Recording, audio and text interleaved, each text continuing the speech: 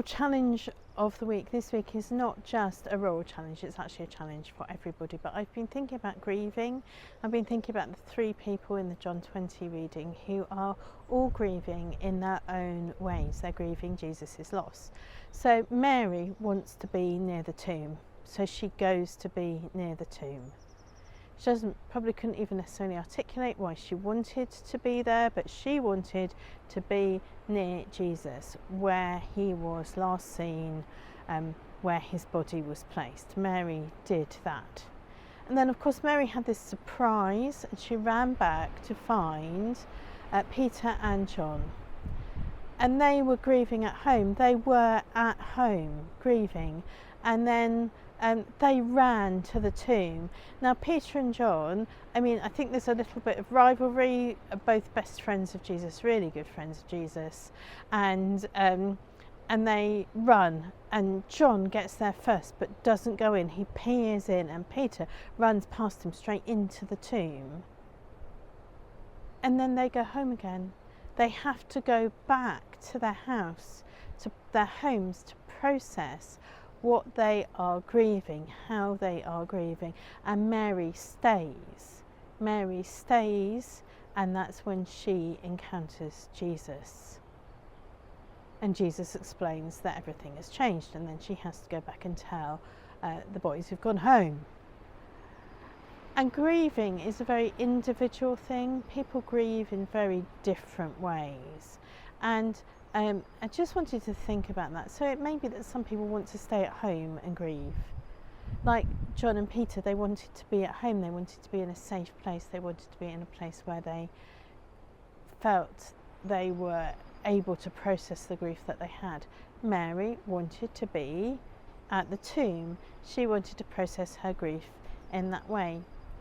And people are all very different grievers, and the aspects of grief for different people can be very different. People might want to stay at home. People might want to be at home in their grief. People might want to come and spend a lot of time at a grave or a place mark or a special place. They might want to be there in their grief. People might be angry in their grief. They might not be able to cope with anything, and it might make them very angry at their grief. Or people might be inconsolable. They might be weeping. They might show all these other sorts of grief. And even in just these three of the disciples, we see the grief in a different way. And we need to be kind to people who are grieving and understand that even from hour to hour, their grief might be different. And this applies in a village where you might know somebody's grief, or in a larger town or community where groups of people, you might be there to support someone who's grieving. So just have a think about the grief of others, and if you're grieving yourself, be kind to yourself, because even Jesus' disciples, after he died, didn't know all the time what to do with their grief.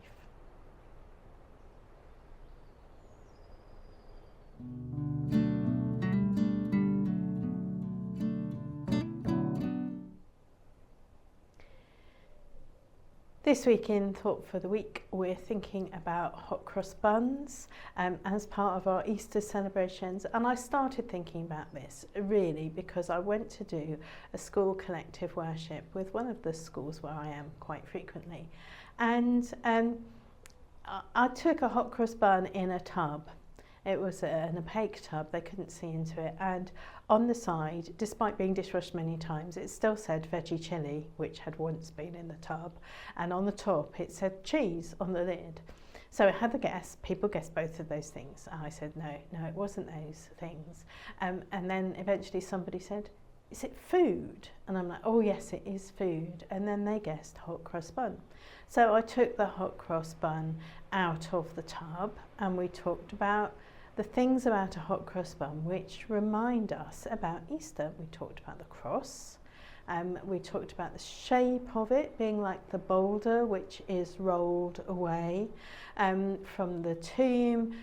We talked a bit about the spices in it, reminding us of the women who took spices to put around Jesus's body, although that isn't in the John telling of the story, but it's in some of the others. So we talked about that. And I talked a little bit about Easter eggs and about how eggs are a good sign of new life, and we talked about Jesus's resurrection, and we talked about this new life that Jesus had brought about through his death and resurrection. There's been quite a bit of controversy about hot cross buns this year, about how there are so many different flavours of hot cross bun that you can get now. You can get tiramisu hot cross buns, chocolate hot cross buns, red velvet hot cross buns. You can get all sorts of hot cross buns.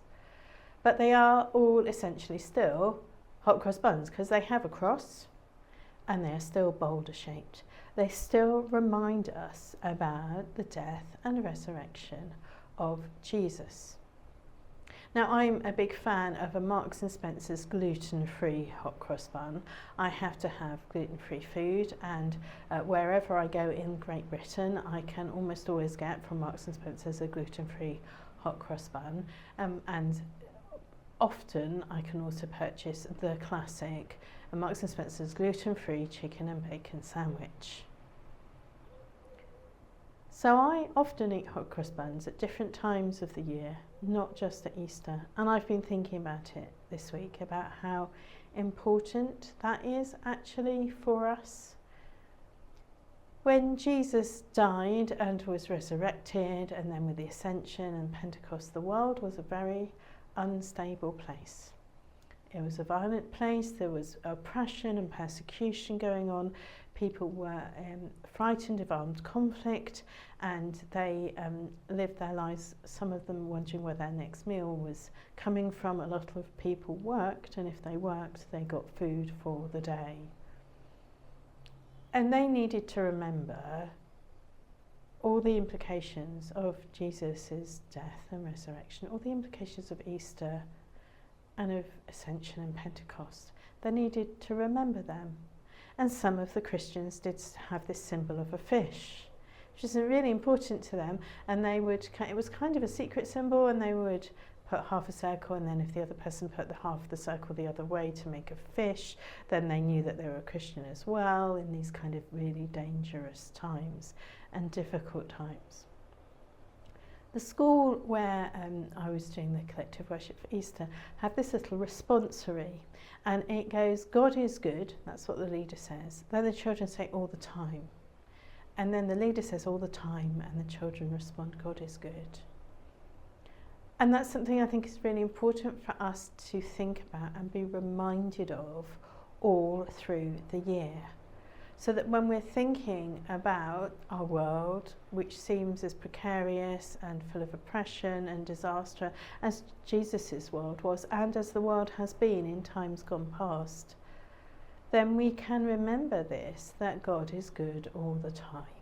All the time God is good, even when it doesn't feel like it, even when we feel afraid, even when we can't really understand the truths of Easter and the resurrection and Pentecost and Ascension and Pentecost all in our lives. Sometimes when we don't feel that, we need to remember that God is good all the time, even when the world is a scary place. And so I'm going to eat more hot cross buns this year.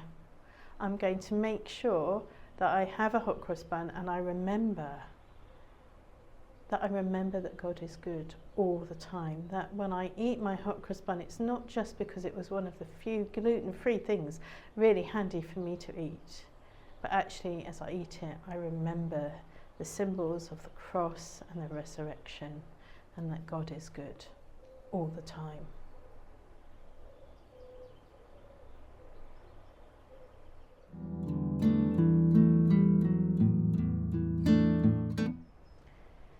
The Dibley moment of the week this week is about hot cross buns and our dog. And 4 years there was a battle going on in our house between us and our dog, because our dog believed that the hot cross buns were for him, and we believed that they were for our activities at church, which we needed them for. Every year we try to keep them safe in a different way. We put them up high, we put them in a container. Every year, without fail, something would go wrong in one of these. We'd go and answer the door or something, and we'd come back to find a slobbery packet on the floor and 6 hot cross buns inside the dog.